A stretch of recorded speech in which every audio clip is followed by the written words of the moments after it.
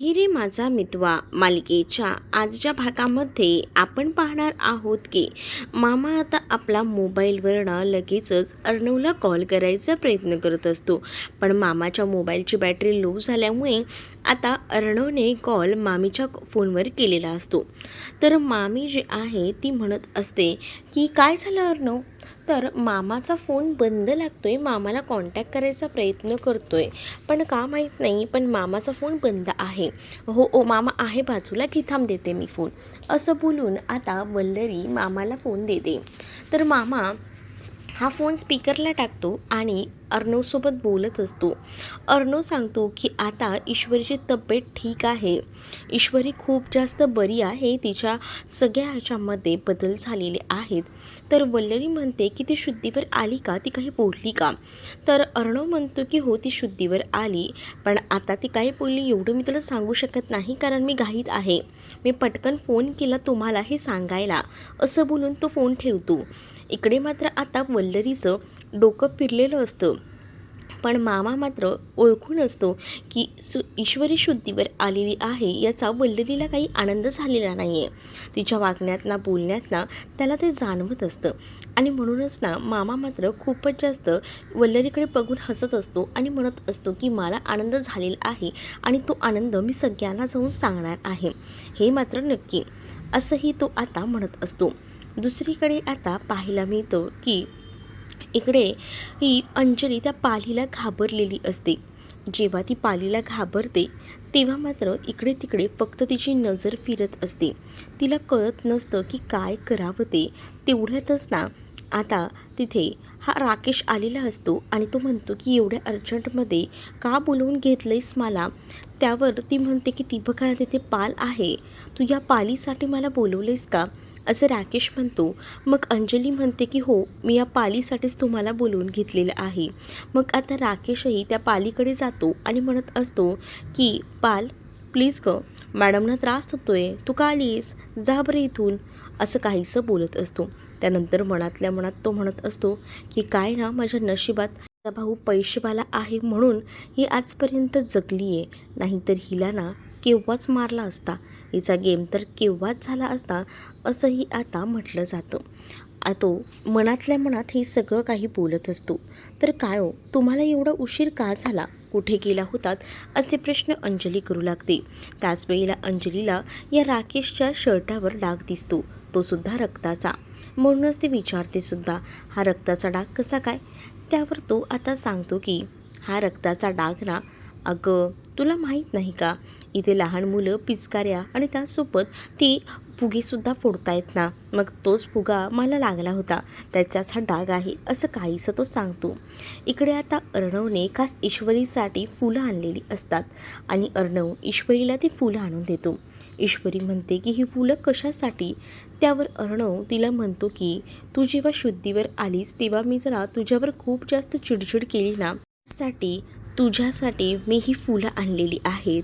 ईश्वरी म्हणते हे काही नवीन आहे का, काय ना घरी असते तेव्हाही तुम्ही माझ्यावर अशी चिडचिड करत असता आणि आता ना या चिडचिडीची ना सवय झाली आहे, त्यात काही विशेष असं वाटत नाही, असं देखील आता ती म्हणत असते. जेव्हा हे सगळं काही ती म्हणते ना तेव्हा अर्णव म्हणतो बरं ठीक आहे, फुलं नको आहेत का मग.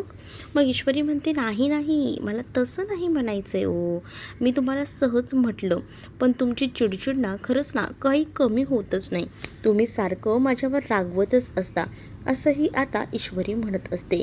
नाहीतर एखाद्यानं कसं म्हटलं असतं की चला आपली बायको शुद्धीवर आली आहे, तिला छान असं ट्रीट करूया, पण नाही, त्यावेळेला तर तुम्ही मला किती प्रश्न विचारून वेडं करून सोडलं नसतं. हां, हे सगळं काही तुम्ही कधी कधी असं वाटतं ना मुद्दामून केल्यासारखं का. मग आता ईश्वरी गपचूपपणे ती फुलं घेते आणि ती फुलं बघूनच ना तिला आनंद होतो. तर आता तेवढ्यातच ईश्वरीला जेवणसुद्धा आणून दिलेलं असतं. ईश्वरीला जेव्हा जेवण आणून दिलं जातं तेव्हा ईश्वरी म्हणते की आता मला जेवायचंसुद्धा आहे का, आणि तेसुद्धा हे असं, म्हणजेच जेवण जे आहे ते एकदमच फिकं फिकं असतं. डाळ, त्यासोबत आता भात, आणि तिला ना ते जेवण नको असतं. त्यासाठी ती आता म्हणत असते की आता असं जेवण खायचं आहे का. मग आता तिला ते जेवण ना कंटाळा करत वैताग आलेला असतो.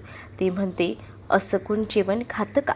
असं वाटतं ना कधी कधी ह्या सगळ्या ह्याच्यामध्ये की काहीतरी मस्त चमचमीत खावं, इंदोरी पदार्थ खावीत. पण इथे कुठे काय भेटते खायला. खरंच ना, काय आपलं नशीब आहे.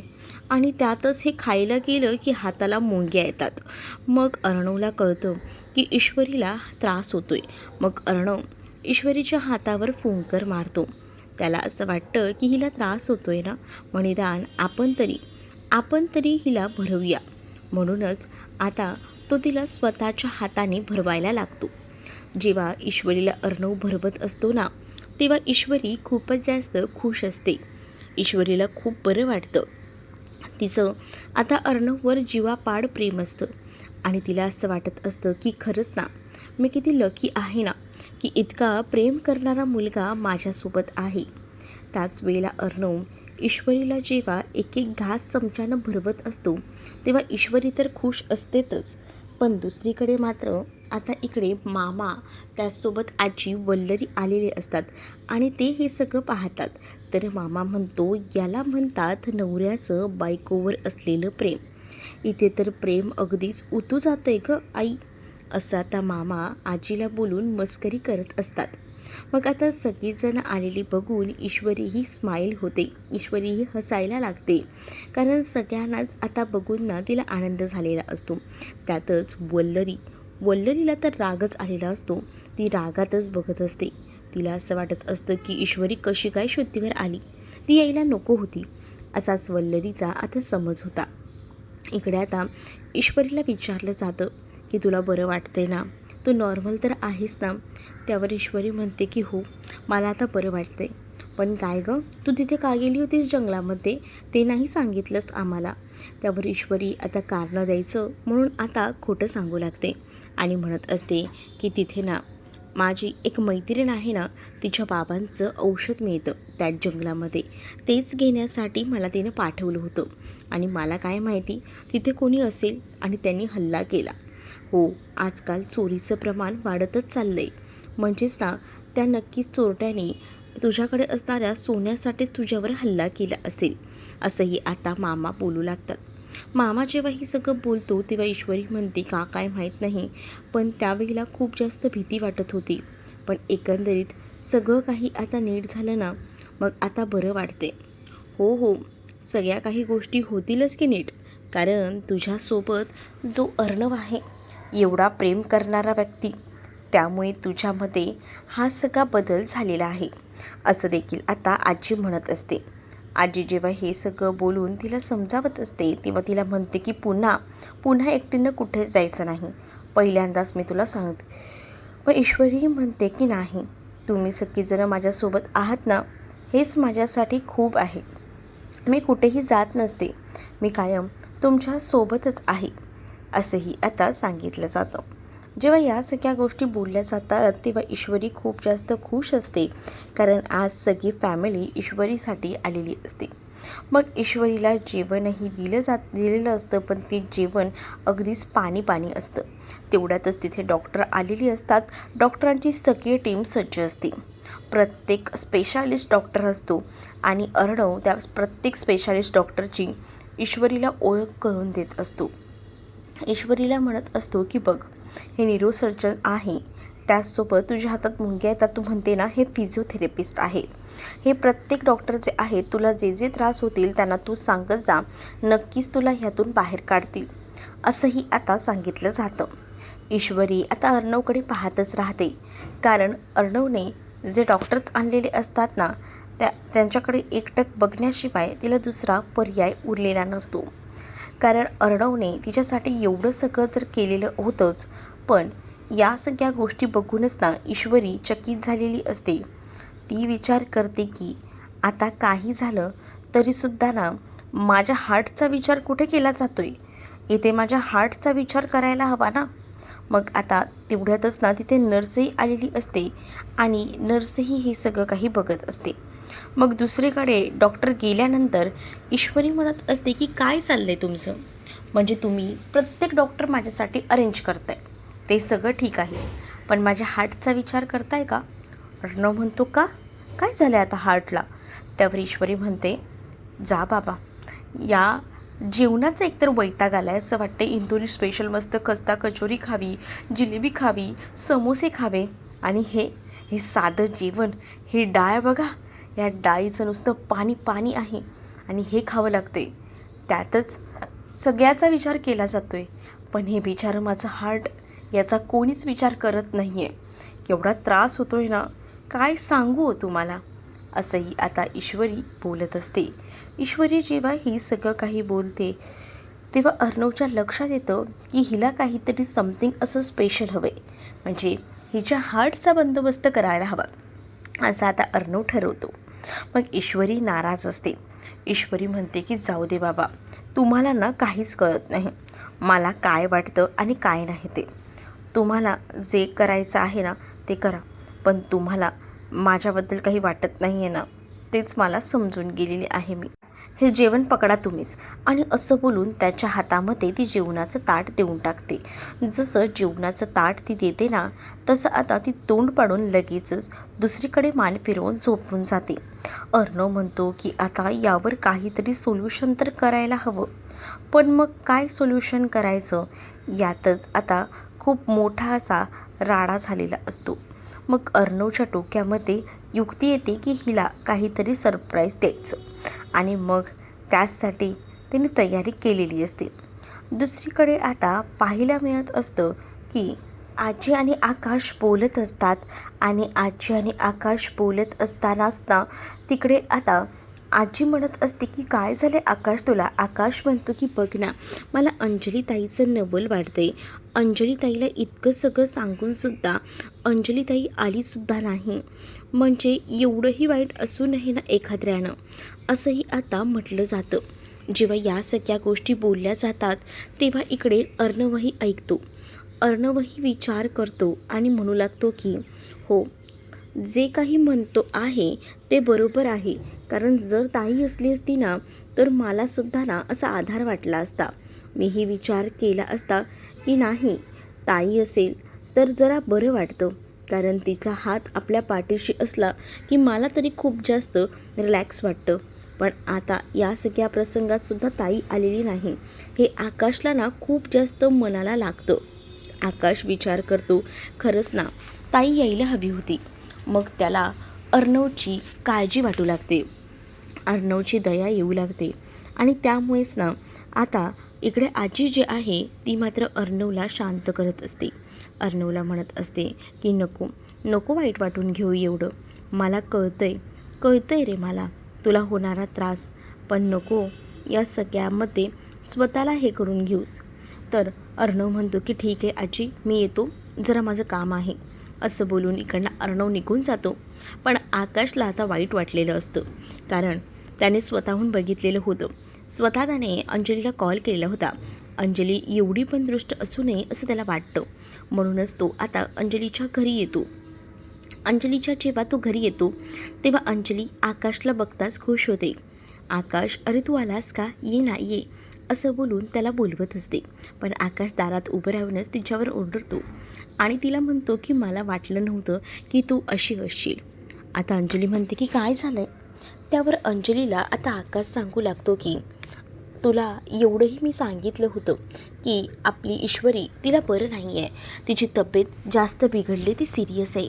या सगळ्या परिस्थितीत दादाला तुझ्या आधाराची गरज होती, पण त्यावेळेलासुद्धा तुला तुझा राग महत्त्वाचा वाटला, तुला तुझं राग घेऊन बसणं इम्पॉर्टंट वाटलं, पण त्यावेळेला तुझी गरज दादाला किती आहे हे तुला वाटलंसुद्धा नाही ना. मी काल कॉल केला होता, जिजूंना मी हे सगळं सांगितलं, पण जिजूंनी मला सरळ सांगितलं की तुला माझ्याशी बोलायचं नाही आहे.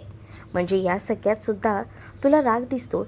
एखादा माणूस जर मरणाशी झुंज देत असेल तो उद्या जगतोय की नाही हे सुद्धा कळत नसेल, आणि त्यावेळेला जर तुला फोन केला तरीसुद्धा तुला या सगळ्या गोष्टी महत्त्वाच्या वाटत आहेत.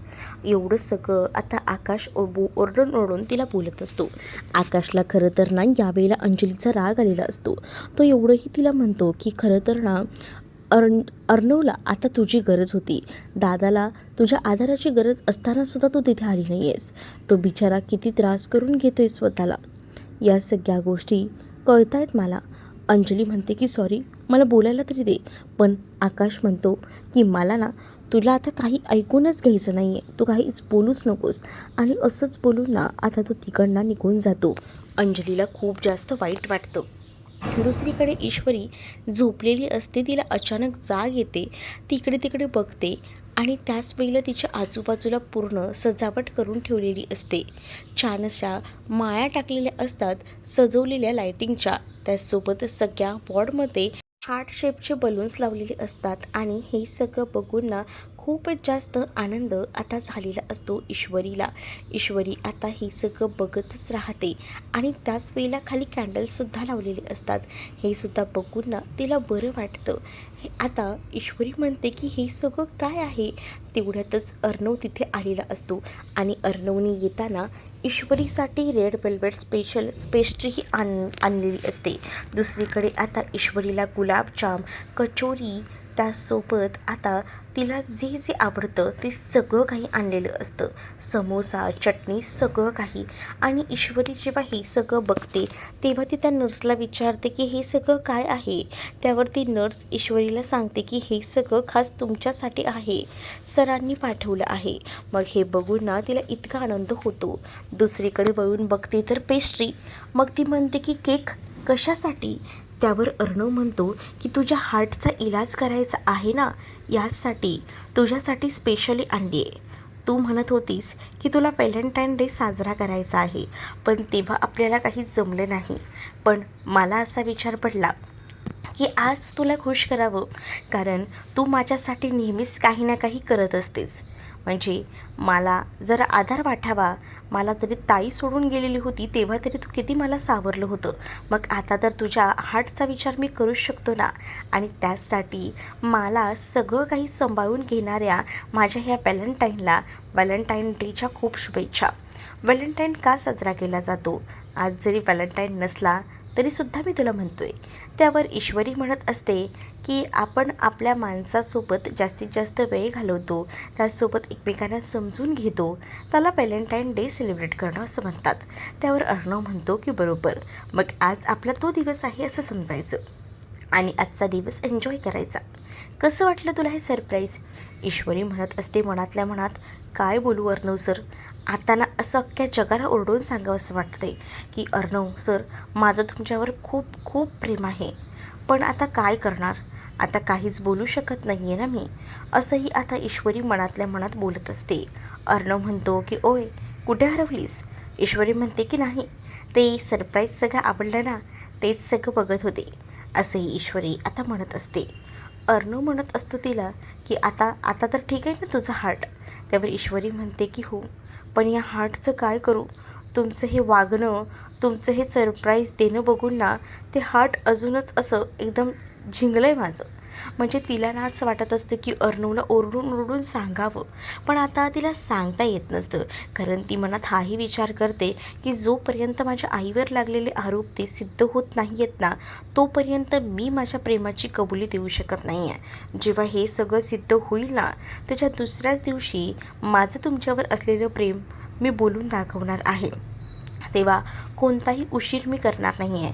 पण आता मी ह्या सगळ्या गोष्टीचा असा फायदा करून घेणार नाही, असंही आता ईश्वरी बोलत असते. ईश्वरी जेव्हा मनातल्या मनात हे सगळं बोलत असते तेव्हा अर्णव तिथेच उभा असतो आणि अर्णव एक एक घास करून ईश्वरीला भरवत असतो. तर ईश्वरीला हे सरप्राईज आवडलं हे बघूनच अर्णवही खुश असतो. अर्णवने खास हे सगळं सरप्राईज जे आहे ते एका सिस्टरच्या मदतीने घडवून आणलेलं होतं, कारण त्याला ईश्वरीला छान असं सरप्राईज द्यायचं होतं. ईश्वरी जेव्हा हे सगळं सरप्राईज बघते तेव्हा तिला असं वाटत असतं की अर्णवला ओरडून ओरडून बोलावं, पण ही ती वेळ नाही आहे म्हणून ती शांत असते.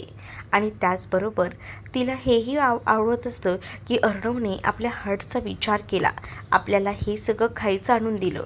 मग ती त्याला म्हणते सुद्धा, हे काय आता मी एकटी संपवणार आहे का? अर्णव म्हणतो की बघ, तुला तर मी आणून दिलं आहे, मग आता विचार कर, तुला हवं आहे का? तुझं जर पोट भरलं तर सांग, जर थोडं उरलं तर मग मी खाईन, पण आधी हे सगळं काही खायचा मान तुझा, असं देखील अर्णव आता ईश्वरीला बोलू लागतो. त्यावर ईश्वरी अर्णवकडे पाहून हसत असते. अर्णवला म्हणत असते की खरंच ना, किती भारी वाटलं आहे मला आज. तुम्हाला काय सांगू, मी आज खूप जास्त खुश आहे, असं देखील आता ईश्वरी अर्णवकडे बघूनच बोलत असते. मग अर्णव तिला एक एक करून तो घास भरवतोच आणि त्याचसोबत तिलाही म्हणतो की हे सगळंही संपवून टाक, आता उशीर करू नकोस. ईश्वरीला आता एकटीला हे सगळं संपवणं कठीणच वाटत असतं. तरीसुद्धा अर्णवने आपल्यासाठी एवढं सगळं छान प्लॅनिंग केलं आहे, एवढी सगळी तयारी केली आहे, हे बघूनच ना ती खूप जास्त खुश असते. आज जगात ती खूप अशी बेस्ट अशी वाईफ म्हणून ती स्वतःला बघत असते. कारण अर्णवने आज जे काही तिच्यासाठी केलेलं होतं त्यासाठी ती खूप जास्त खुश असते.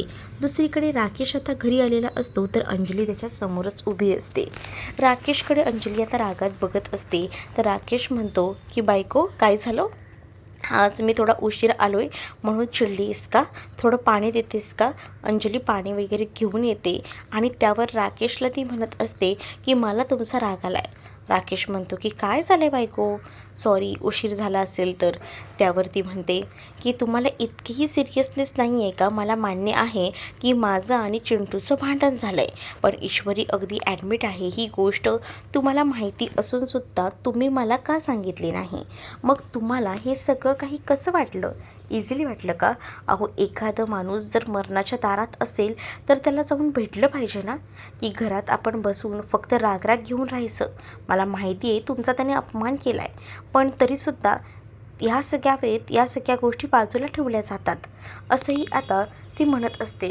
जेव्हा हे सगळं काही ती बोलून दाखवते ना, तेव्हा राकेश म्हणतो की सॉरी, मी तुझ्यापासून ही गोष्ट लपवली, पण तुला एक खरं सांगू, मला आधी असं वाटलं ना की तुला घरी बोलवण्यासाठीच ना या लोकांची नाटकं सुरू आहेत, म्हणून मला ही काही गोष्ट सिरियस वाटली नाही, म्हणून मी जास्त मनावर ह्या काही गोष्टी घेतल्या नाहीत. अहो सिरियस काय, ती खरंच हॉस्पिटलमध्ये ॲडमिट आहे. तुम्हाला काही कळतं आहे का, खरंच सांगते मी, पण आपल्याला जायला हवं होतं. तर राकेश म्हणतो की बघ, तुला असं वाटत असेल की मी खरंच असं बोलतो आहे तर सॉरी सॉरी सॉरी, मनापासून सॉरी बोलतो आहे तुला. मग या सगळ्या गोष्टी जेव्हा आता कळतात ना, तेव्हा मात्र आता म्हटलं जातं तुमच्याकडनं मला सॉरीची अपेक्षा नको आहे, मला आता ईश्वरीला भेटायला जायला हवं. ईश्वरीची तब्येत एवढी बिघडली आहे म्हटल्यावर ईश्वरीला बघायलाच हवं, असाही विचार ना आता ती करत असतो. आणि जेव्हा हा सगळा विचार तो करून बोलतो तेव्हा अंजली म्हणते की हो चला, पटकन चला, मला ईश्वरीला भेटू दे. मग आता दोघंही जणं ईश्वरीला भेटण्यासाठी म्हणून बाहेर पडणार असतात. तर दुसरीकडे मात्र आता पाहायला मिळत असतं की या सगळ्या गोष्टी घडत असतानाच अंजलीने आता रागराग राकेशवर केलेला असतो. कारण तिला जे हवं आहे ते म्हणजे ईश्वरीला भेटायला जायचे, त्यामुळेच ती आता निघालेली असते. तिकडे अर्णव त्या सिस्टरला आता थँक्यू बोलत असतो आणि म्हणत असतो की हे घ्या तुमच्यासाठी स्पेशल, कारण तुम्ही खूप छान सजावट केली फक्त शॉर्ट नोटीसवर. त्यावरती नर्सही म्हणते की काय ना सर, आम्ही बाकी ठिकाणी बघितलं आहे प्रत्येकजण रूम डेकोरेट करतं सरप्राईज द्यायला, पण तुम्ही ही असं हॉस्पिटलची रूम डेकोरेट केली ना, हे जरा युनिकच आहे. यावरूनच तुमचं तुमच्या बायकोवर असलेलं प्रेम हे आम्हाला दिसलं, असंही ती नर्स आता इकडे असणाऱ्या या अर्णवला बोलत असते. अर्णवही हसत असतो, कारण त्याचं खरंच ईश्वरीवर खूप मनापासून प्रेम असतं, पण तो हे सगळं काही सांगत नसतो. पण त्याच्या वागण्यातनं बोलण्यातनं समोरच्या व्यक्तीला सरळ आणि सहज कळत असतं की अर्णव हा ईश्वरीच्या प्रेमात आहे ते. इकडे आता ईश्वरीला डिस्चार्ज मिळवून घरी आणलेलं असतं आणि तिथे काही लहान लहान मुलांना रंगपंचमी खेळत असतात. तर तेव्हाच आता ती मुलं ना अर्णवच्या गालाला रंग लावणार, तेच ईश्वरी म्हणत असते की नाही सॉरी, पण त्यांना रंग लावलेला आवडत नाही. पण आता अर्णव त्या मुलांना म्हणतो की आज तुमच्याकडनं रंग लावलेला आवडेल. मग ती मुलंसुद्धा खूप जास्त खुश होतात आणि अर्णवच्या गालाला रंग लावतात. तर तिथे असणारी मुलगी आता म्हणत असते की खरं तर ना मुलीच्या गालावर रंग ना पहिल्यांदा प्रेम करणाऱ्या मुलानंच लावायचा असतो, तेव्हाच तर तिला बरं वाटतं. मग आता मुलगीने असं सगळं म्हटल्यावर अर्णवच्या लक्षात येतं की आपणही ईश्वरीला रंग लावायला हवा, म्हणजे ईश्वरीलाही बरं वाटेल. आणि म्हणून मग अर्णव जो आहे तो ईश्वरीच्या गालाला गुलाबी रंग लावतो. आणि आता त्यांची धुळवड ही साजरी होत असते, तीसुद्धा आधी या लहान मुलांसोबत.